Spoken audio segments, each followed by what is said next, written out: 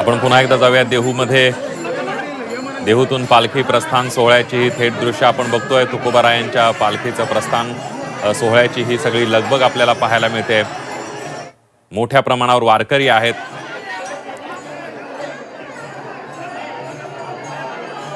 आणि याविषयीच अधिक माहिती घेण्यासाठी जाऊया देहूमध्ये थेट आपल्या प्रतिनिधी चैत्राली राजापूरकर जोडल्या गेलेल्या। चैत्राली, आपण बघतोय की उत्साह आहे, पावसानं विश्रांती घेतली आहे आणि वारकऱ्यांना पांडुरंगाची तुकोबारायांची सेवा करण्याची एक संधी दिली असं म्हटलं तर वावगं ठरणार नाही। चैत्राली,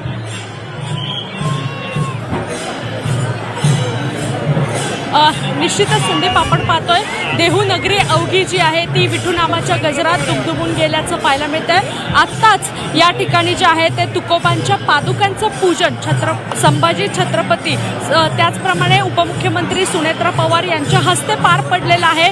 या ठिकाणी मानाच्या दिंड्या देखील दाखल झालेल्या आहेत। काही वेळातच पालखी जी आहे ती बाहेर येणार आहे सभामंडपातून आणि खऱ्या अर्थाने यावेळी पालखी प्रस्थान सोहळा जो आहे तो पार पडणार आहे। वारकऱ्यांच्या आनंदाला उधाण आलेलं आहे। आपण पाहायला गेलं तर विठू नामाचा जयघोष करत टाळ मृदुंगाच्या गजरामध्ये हे वारकरी जे आहेत ते तुकोबांच्या पालखी प्रस्थानासाठी जे आहेत ते दाखल झालेले आहेत। मोठा टाळ मृदुंगाचा गजर या ठिकाणी होतोय आणि अवघ्या काही वेळातच तुकोबांच्या पालखीचं जे आहे ते पंढरपूरकडे प्रस्थान होणार आहे। उपमुख्यमंत्री सुनेत्रा पवार या देखील या ठिकाणी आहेत आणि त्या याच टेरेसवरून जे आहेत हे संपूर्ण नयनरम्य सोहळा जो आहे जो या ठिकाणी या देहूच्या या मुख्य मंदिराच्या परिसरामध्ये सुरू आहे तो त्या पाहण्याचा आनंद घेत असल्याचं देखील पाहायला मिळतंय। एकंदरीतच जर आपण पाहिलं तर विठू नामाचा जयघोष करत हा पालखी सोहळा याची देही याची डोळा पाहण्यासाठी संपूर्ण महाराष्ट्रभरातून वारकरी देहू नगरीमध्ये दाखल झालेले आहेत। विठू नामाचा जयघोष सुरू आहे। मुसळधार पाऊस जो आहे तो काल झाला, मात्र आज सकाळपासून पावसाने विश्रांती घेतली आणि त्यामुळे जे आहे ते दिंड्या मोठ्या प्रमाणामध्ये पुन्हा एकदा देहू नगरीमध्ये दाखल झाल्या आणि एकंदरीत पाहिलं तर सकाळी सामसूम असणार आहे देहू नगरी।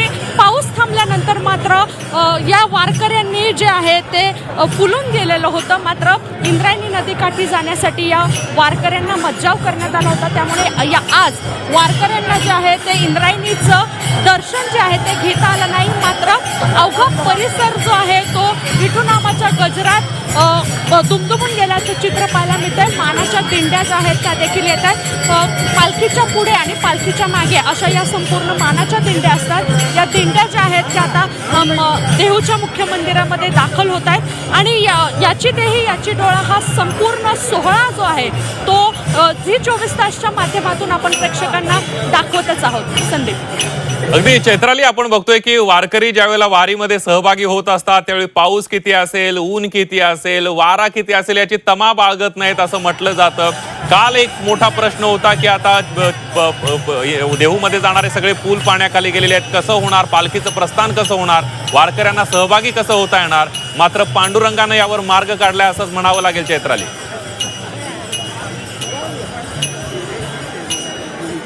निश्चितच काल जी आहे ती देहूची परिस्थिती अत्यंत गंभीर स्वरूपाची होती। इंद्रायणी नदीने रौद्र रूप जे आहे ते धारण केलेलं होतं आणि संपूर्ण नदीचं पाणी जे आहे ते रस्त्यावरती आलं, देहू जलमय झालेलं होतं।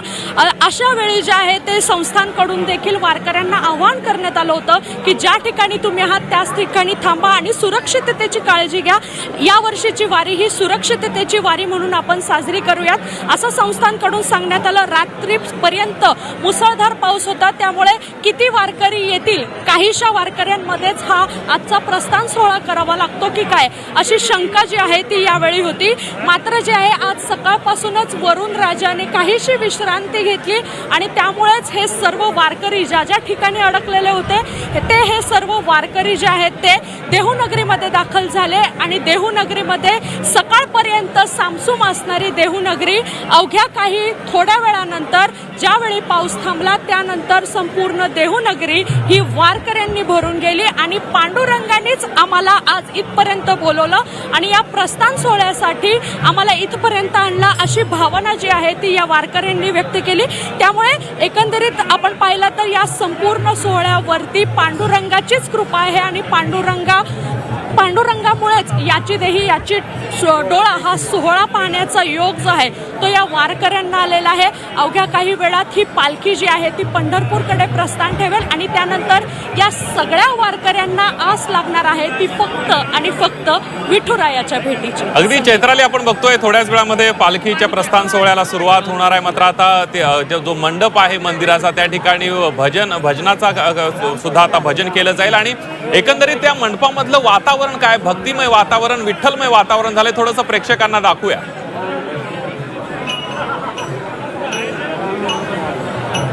निश्चितच भक्तिमय आणि विठुमय खरं तर हे वातावरण आपल्याला पाहायला मिळेल. या ठिकाणी मृदुंग आणि टाळ मृदुंगाचा गजर जो आहे तो देखील या ठिकाणी आहे. विठुमय भक्तिमय वातावरण जे आहे ते या ठिकाणी झालेलं आहे आणि हा संपूर्ण सोहळा जो आहे तो आनंदाने आणि उत्साहाने जो आहे तो भरून पावलेला आहे. हे सर्व वारकरी जे आहेत ते या ठिकाणी आल्याचं देखील आपल्याला पाहायला मिळतंय. याची देही याची डोळा हे सर्वच वारकरी आपल्याला हे पाहायला मिळत आहे आणि हा सोहळा जो आहे तो संपूर्ण सोहळा आनंदाने भरून पावल्याचं पाहायला मिळत आहे.